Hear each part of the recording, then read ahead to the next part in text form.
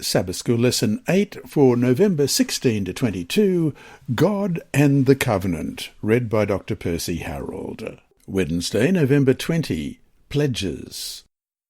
Question, read Nehemiah chapter 10, verses 30 through 39. What are 4 things the Israelites pledged to do as part of the renewed covenant? Nehemiah 10, beginning at verse 30. We would not give our daughters as wives to the peoples of the land, nor take their daughters for our sons. If the peoples of the land brought wares or any grain to sell on the Sabbath day, we would not buy it from them on the Sabbath or on a holy day, and we would forego the 7th year's produce and the exacting of every debt.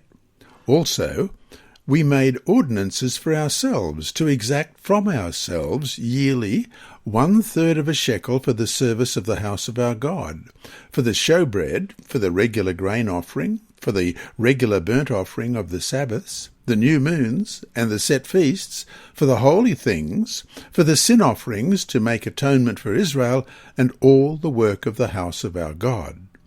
We cast lots among the priests, the Levites, and the people, for bringing the wood offering into the house of our God, according to our fathers' houses, at the appointed times, year by year, to burn on the altar of the Lord our God, as it is written in the law. And we made ordinances to bring the firstfruits of our ground and the firstfruits of all fruit of our trees year by year to the house of the Lord, to bring the firstborn of our sons and our cattle, as it is written in the law, and the firstborn of our herds and our flocks, to the house of our God, to the priests who minister in the house of our God, to bring the firstfruits of our dough, our offerings, the fruit from all kinds of trees, the new wine and oil, to the priests, to the storerooms of the house of our God, and to bring the tithes of our land to the Levites, for the Levites should receive the tithes in all our farming communities. And the priest, the descendant of Aaron, shall be with the Levites when the Levites receive tithes, and the Levites shall bring up 1/10 of the tithes to the house of our God, to the rooms of the storehouse. For the children of Israel and the children of Levi shall bring the offering of the grain, of the new wine and the oil to the storerooms, where the articles of the sanctuary are, where the priests who minister and the gatekeepers and the singers are, and we will not neglect the house of our God. The people pledged the following. 1. No mixed marriages, no marriage to an individual who could lead one into idolatry. 2. True Sabbath observance, no distractions through business transactions. 3.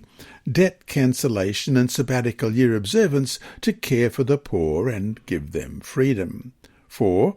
Financially supporting the temple, its services and personnel through bringing the firstfruits, the firstborn, and the tithe, thus ensuring the continuation of true worship. The first 3 pledges related to relationships with others, that's marriage and debt cancellation, and with God, the Sabbath, while the last one, Nehemiah 10:32 to 39, deals with temple regulations. The goal of the community was to demonstrate that the people were committed to the covenant, and therefore would implement practical ways of building their relationship with God and others. Even if they didn't always keep the covenant perfectly, they understood that right habits and practices would influence the future. If the Israelite nation was going to get on the right path, it had to establish practices and habits that would be conducive to where it wanted to be.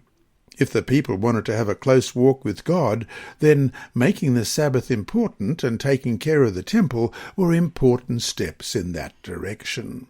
Unfortunately, they didn't keep their pledges very well, as demonstrated in the last chapters of Nehemiah. Yet, even if everyone didn't keep them, some or many people did. With God's help and keeping our focus on Him, we can develop the right habits and stick to the right path. So to finish today, a quote from Steps to Christ, page 48. Through the right exercise of the will, an entire change can be made in your life. By yielding up your will to Christ, you ally yourself with the power that is above all principalities and powers. You will have strength from above to hold you steadfast, and thus, through constant surrender to God, you will be enabled to live the new life, even the life of faith. End of quote. What's holding you back from experiencing what's written here? This week's lesson has been read by Dr. Percy Harold from Queensland, Australia. It is brought to you by Hope Channel, the Sabbath School Department, and through the Services of Christian Services for the Blind. A video of this podcast also occurs on YouTube. Remember, God is always faithful.